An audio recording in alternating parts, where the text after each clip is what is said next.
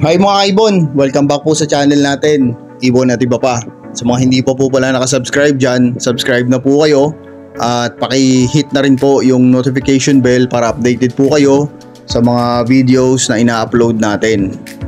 Sa ngayong week na to mga kaibon, may simpleng pag-uusapan lang tayo.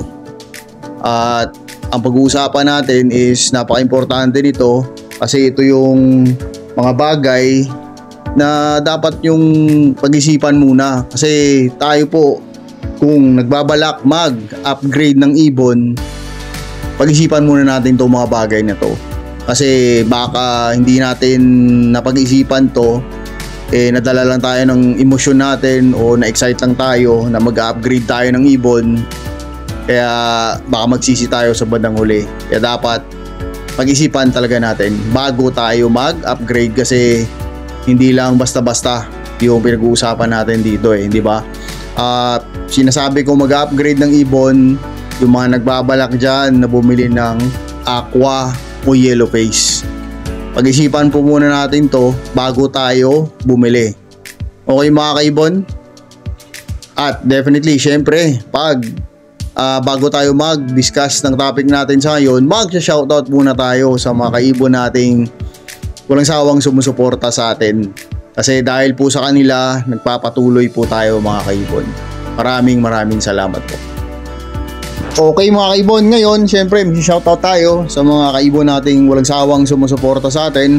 Shoutout kay kaibon Leo Lunaria, Dewey Rojo ng Nabotas, Jeffrey Licot, ENC Mini Avery ng Patak, member of MME ng Alabang Muntinlupa, mabuhay po taga Muntinlupa, tsaka mga membro ng MME, mga big time breeders dyan sa Muntinlupa.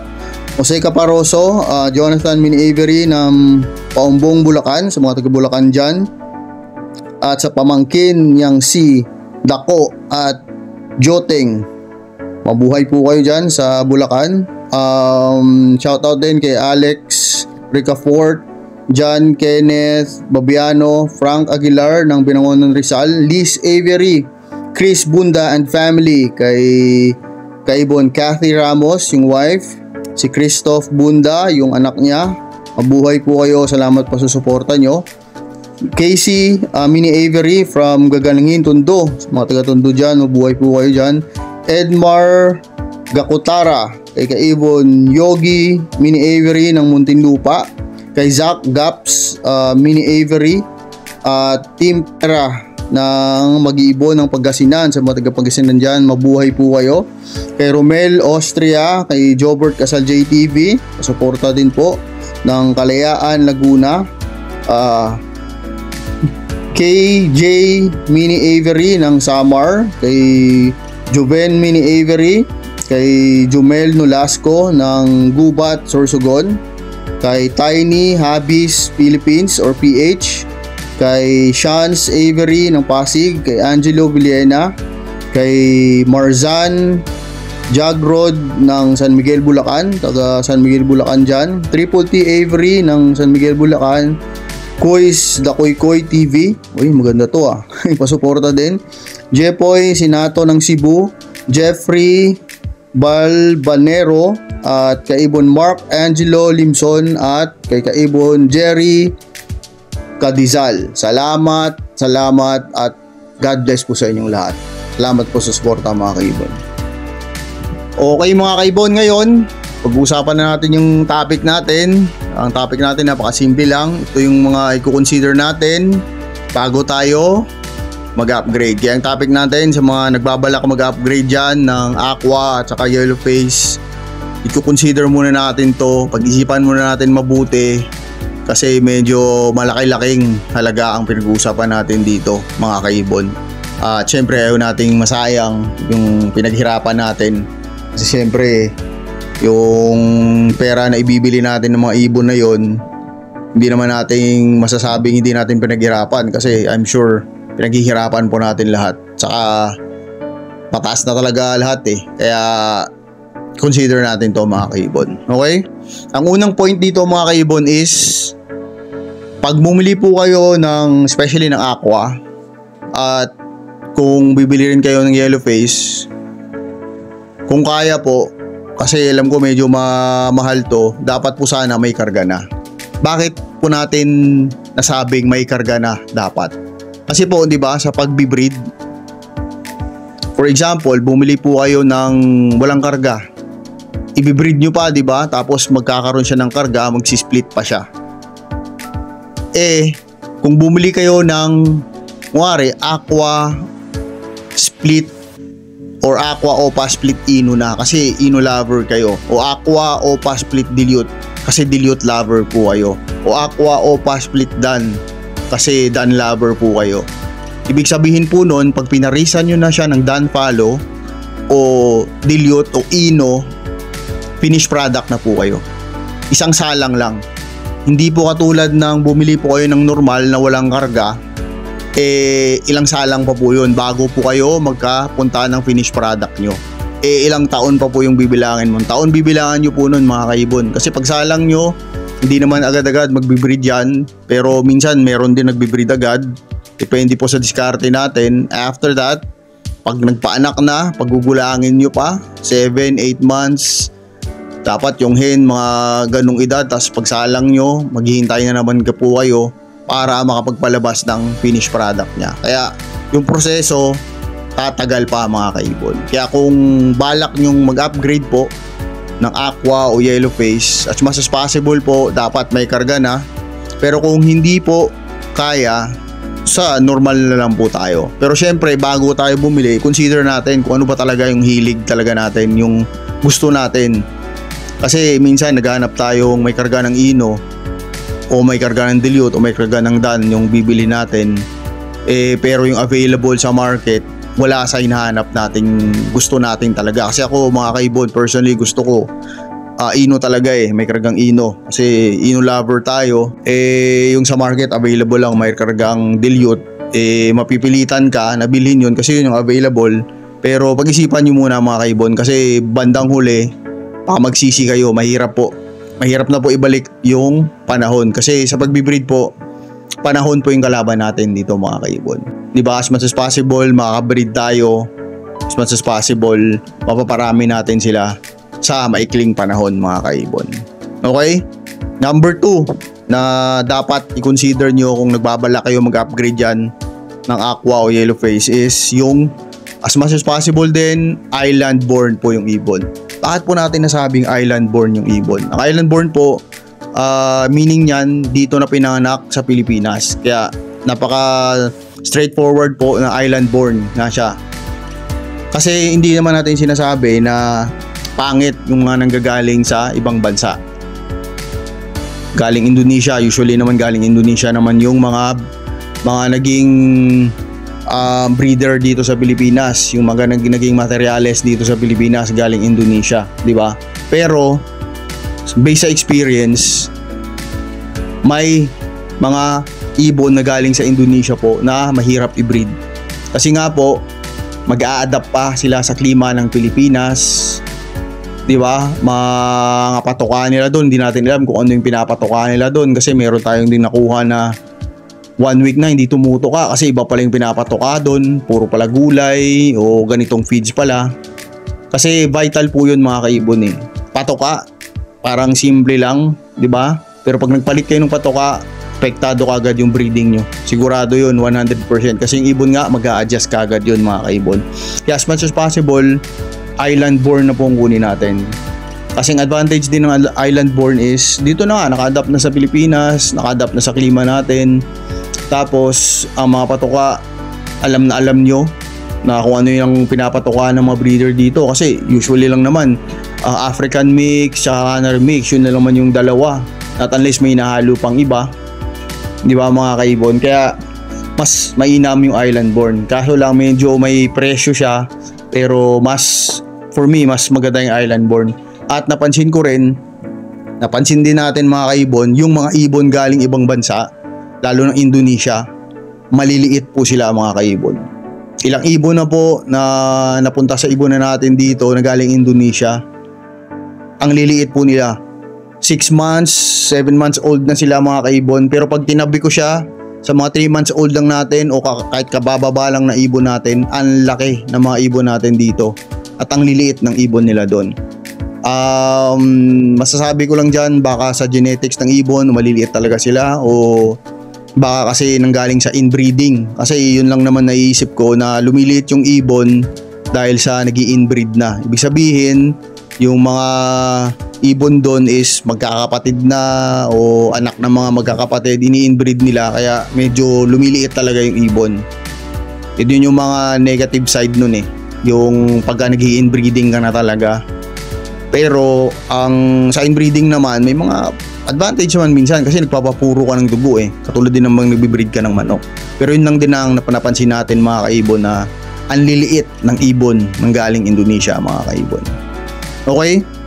Number 3, yung pangatlo nating bullet point dito is yung ibon dapat po healthy yung ibon. Ibig sabihin po nun, dapat pag kumuha po tayo ng ibon, siguraduhin natin yung ibon walang sakit, di ba? Kaya ang kaibigan natin, pag kumukuha ng ibon, ayaw ng ibon ng mga matured to gusto mga young, mga 3 months old, 4 months old, kasi siya na magpapakondisyon ng ibon, siya na mag-aalaga ng ibon, paano patabain, paano yung diet ng ibon versus sa matured. Kasi minsan yung matured mga kaibon, hindi natin alam yung lalo na sa sinabi ko kanina, galing ibang bansa o galing kung saan. Kasi minsan hindi natin alam, baka kakagaling lang yan sa sakit, o hindi natin alam yung history ng ibon May mga kaibigan tayo gusto matured, may mga kaibigan tayo gusto young. Nasa inyo na po yung preference kung anong edad yung kukunin yung ibon, pero make sure po na yung ibon healthy sana. Okay? Isa po sa requirements talaga to para maging maganda yung pagbibreed ng ibon, healthy yung ibon. Okay mga kaibon, kahit sa anong breeding naman, dapat healthy. Kasi pag hindi healthy, mahihirapan po tayo. Okay mga kaibon, ang number 4, may advantage po to tsaka disadvantage. Ba't ko nasabing mas maganda yung hen? Kasi ang number 4 ko na bullet point is hen po. Sinasabi lang natin dito hen if hindi natin afford bilhin yung cock. Kasi ang cock po, maganda talaga yung cock opaline. Di ba? Kahit sino naman gusto ang cock nila is opaline. Kasi kung bibili po kayo ng cock, like for example na aqua o yellow perch na hindi opaline, matatagalan pa po yung breeding nyo. Kasi kung papaanak pa kayo, dapat cock ang ilalabas o ipapares nyo, wari, normal, di ba? Kasi ipapares nyo na hen is opaline. Pag nag-anak yon, lahat ng cock split sa opaline. Doon pa lang po kayo makapag-produce ng opaline sa mga anak nila. Not unless may mga nakatago na rin doon kayong mga materyales na pwedeng pampangga. Pero kung bibili pa lang kayo isa o 2 piraso lang, na hindi naman kaya nating bilhin yung mga cock kasi napakamahal, I suggest hen po ang bilhin nyo. Ang advantage ng hen po, kasi paparisan lang natin ng opaline na cock, 2 lang po ang kalalabasan nun. Pag nag-opaline po, sex link, hen na kagad yun. Pag hindi naman po nag-opaline, sex link cock na talaga yun, at split opaline na siya, sure na po siya. Sure na po siya. Okay? Ang disadvantage lang ng hen, pag ang hen ang binili natin, is ang hen nalalaspag po. Di ba? Pagka nakailang clutch na yung ibon, nalalaspag po yung hen. Kaya yun po yung disadvantage lang talaga ng hen. Pag binili nyo, kapag bumili kayo ng aqua o yung yellow face, kasi nalalaspag nga yung hen. Pero kung afford nyo naman yung cock na opaline, bilhin nyo po. Pero kung cock, nasa sa inyo na po yun. Pero for me, much better yung hen kasi makaproduce ka agad ako ng opaline, tsaka lahat ng cock split opaline na. Napakaganda, di ba? Kasi hindi mo na kailangan pang ipa-DNA, makakasave ka, mga kaibon. Yun nga lang disadvantage nun, nalalaspag yung hen. Okay? Number 5 at last, mga kaibon. Tanungin nyo muna po yung sarili nyo, mga kaibon. Kung lalo-lalo na yung mga newbie po natin dyan, kung kaya nyo ba magparami ng ibon, kung kaya nyo ba alagaan sila, o kaya nyo ba paramihin sila, kung kaya nyo ba bigyan sila ng oras, kung kaya nyo ba silang alagaan, mga kaibon. Kasi pag alanganin po kayo doon mga kaibon, sayang lang. Masasayang lang yung ibon natin. Lalo na kung gusto nyo mag-upgrade agad sa aqua at saka yellow face. Tanungin nyo muna sarili nyo, kaya ko na ba talaga i-breed yung mga ganong klaseng ibon? O sumusunod lang ako sa uso mga kaibon? Yun mga kaibon eh. Kasi yung pag-iibon, hindi porket ibon mo, sabi nila low mute, may high mute, ganyan. Hindi po yun ganun mga kaibon eh. Kung saan po kayo masaya mga kaibon, gawin nyo po. Kaya pag bumili kayo o mag-upgrade kayo, tanungin nyo muna sarili nyo kung kaya nyo ba talagang panindigan yun mga kaibon. Kaya ba mong paramihin? Kasi kung hindi mga kaibon, wag na muna. Kasi magsasayang lang po kayo ng oras, pagod, pera mga kaibon. Kasi hindi naman pala kaya, ba't natin ipipilit mga kaibon? Di ba? Okay? Kasi sa pag-iibon mga kaibon, matagal na rin, di ba? Matagal na tayo nag-iibon. Medyo alam na natin yung kung ano yung mga galawan sa pag-iibon. Kaya nasasabi natin to sa inyo mga kaibon. Kaya kung yung mga mali ko, mga kaibon, yung mga mali natin, sinasabi natin sa inyo mga kaibon para hindi nyo na ulitin. Para yung breeding nyo, para yung mga desisyon nyo sa pag-iibon maging maganda. At hindi na maulit yung mga kamalian natin sa inyo mga kaibon. Okay? Ngayon, nakikita natin medyo gumaganda yung pag-iibon. Nakita natin yun, medyo maraming buying, mababa nga lang, pero at least gumagalaw, di ba?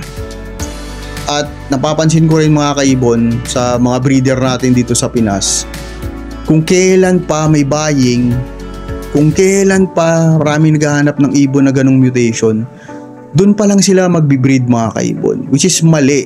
Maling-mali na sistema yun mga kaibon ng pagbe-breed.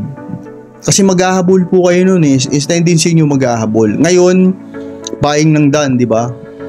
Susunod yan mga kaibon kasi maraming bansa na naman nag-uumpisa. Bangladesh, di ba? Nag-uumpisa na sila mag-breed. Maghanda na po kayo, handa-handa na po kayo mga kaibon. Kasi doon na rin yun papunta mga kaibon eh. Di ba? Yung dilute, di ba? Hindi sumikat nung una, tapos bilang sumikat. Yung done, nakaraan, wala na. Akala natin patapon na yung done. Tapos biglang nagbaying ng done. Kaya kung ako sa inyo mga kaibon, kung kaya lang din naman, hindi ko kayo inaano, pero kung kaya, mag-ipon na kayo ng mga materials dyan, ng aqua, kung kaya. Kung di kaya yellow face, aqua muna. Kasi pag nag-buying na ka ang aqua, syempre meron ka na pang out. Hindi ka na maghahabol pa mga kaibon, kumbaga. Kaya kami, tuloy-tuloy lang tayo mga kaibon. Kasi, at isa pa pala mga kaibon, wag yung source of income nyo, wag yung iasa lahat sa ibon kasi mahirap po yun. Dapat meron kayong trabaho talaga para at least yung ibon hindi naman mahirapan. Kasi minsan feeling ko yung energy na pupunta sa ibon, yung parang minamadali sila. Yung parang ganun mga kaibon. Okay mga kaibon, ulitin ko lang yung point natin dito mga kaibon. Yung unang-una, yung pag bumili kayo may karga. Yung pangalawa, as much as possible, island born. Pangatlo, siguraduhin healthy yung ibon. Pang-apat, kung di kaya yung kak, mas maganda, hen ang bilhin nyo. Pang-lima, tanungin nyo muna yung sarili nyo kung kaya nyo ba silang paramihin, kaya nyo ba silang alagaan mga kaibon. Okay? At kung meron pa kayong idadagdag sa listahan natin mga kaibon, comment down below nyo lang kaibon, basahin natin, try natin mag-comment, try natin magpalitan ng idea mga kaibon. Kasi dito, tulungan po tayo. Okay mga kaibon? Sana po nag-enjoy kayo sa munting topic natin ngayon. God bless po sa lahat ng mag-ibon. God bless po sa pamilya nyo. God bless po sa mga mahal nyo sa buhay. See you next time po, ibon at iba pa po. Bye mga kaibon.